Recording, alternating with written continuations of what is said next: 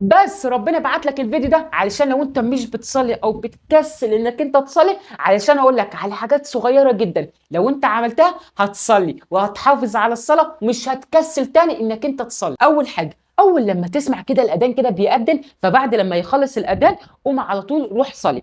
حاول على قد ما تقدر انك انت ما تتاخرش كتير على انك انت تصلي بعد ما تسمع الاذان. وده ليه بقى؟ علشان الشيطان لما يلاقيك انك انت اتاخرت كتير بعد ما سمعت الاذان وما رحتش صليت، فالشيطان بقى هيكسلك وهيخليك تكسل انك انت ما تصليش. ولما تسمع الاذان اعرف على طول ان ربنا سبحانه وتعالى بينادي عليك انت وعاوز يقابلك. تاني حاجة، حاول دايما وانت داخل الحمام ما تخرجش الا لما تتوضى، والحركة دي صايعة قوي. ليه؟ لانك انت لما تكون دايما على وضوء فده هيخليك انك انت ما تكسلش انك انت تصلي. وعلشان اثبت لك ان الحركة دي صايعة قوي وهتخليك انك انت ما تكسلش انك انت تصلي، انت لما تسمع الاذان بتقول ايه لنفسك؟ بتقول لنفسك ايه؟ ياه، هو انا لسه هقوم ادخل الحمام ولسه هقوم اتوضى؟ فانت بقى لما تعمل الحركه دي انك انت لما تدخل الحمام فتحاول انك انت ما تخرجش الحمام الا لما تتوضى، فانت هتكون كده على وضوء، فبالتالي لما تسمع الاذان هتقوم تصلي على طول، مش هتكسل انك انت تصلي. وهقول لك على حاجه سيدنا محمد صلى الله عليه وسلم قال عليها هتشجعك قوي على انك انت تتوضى.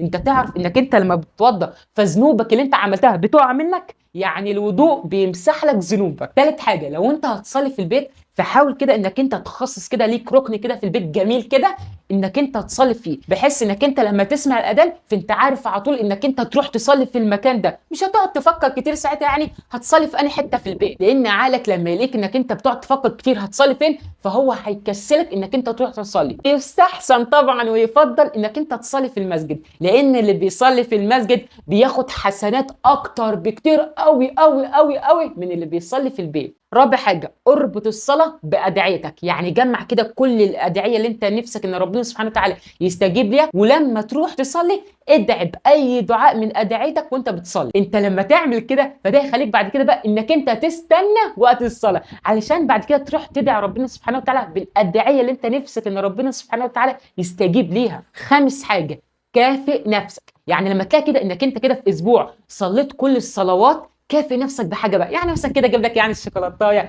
جيب لك اندومي كده وكله من ورا امك، يعني مهم انك انت تكافئ نفسك بحاجه، لان ده هيحفزك بعد كده انك انت ما تكسلش انك انت تصلي وانك انت تنتظم في الصلاه وتحافظ على الصلاه. تخيل انت بقى انك انت تكون سبب ان حد تاني ما كانش بيصلي او كان بيكسل ان هو يصلي فيصلي وينتظم في الصلاه، انت كده هتاخد نفس الاجر والثواب والحسنات اللي هو بياخدها لما يصلي، لان سيدنا محمد صلى الله عليه وسلم بيقول ايه؟ الدال على الخير كفاعله. فخليك انت السبب ان حد تاني يشوف الفيديو ده، واتمنى بجد ويا رب ان الفيديو ده لو يساعدك حتى لو 1% على انك انت تصلي وتنتظم في الصلاة وما تكسلش انك انت تاني تصلي.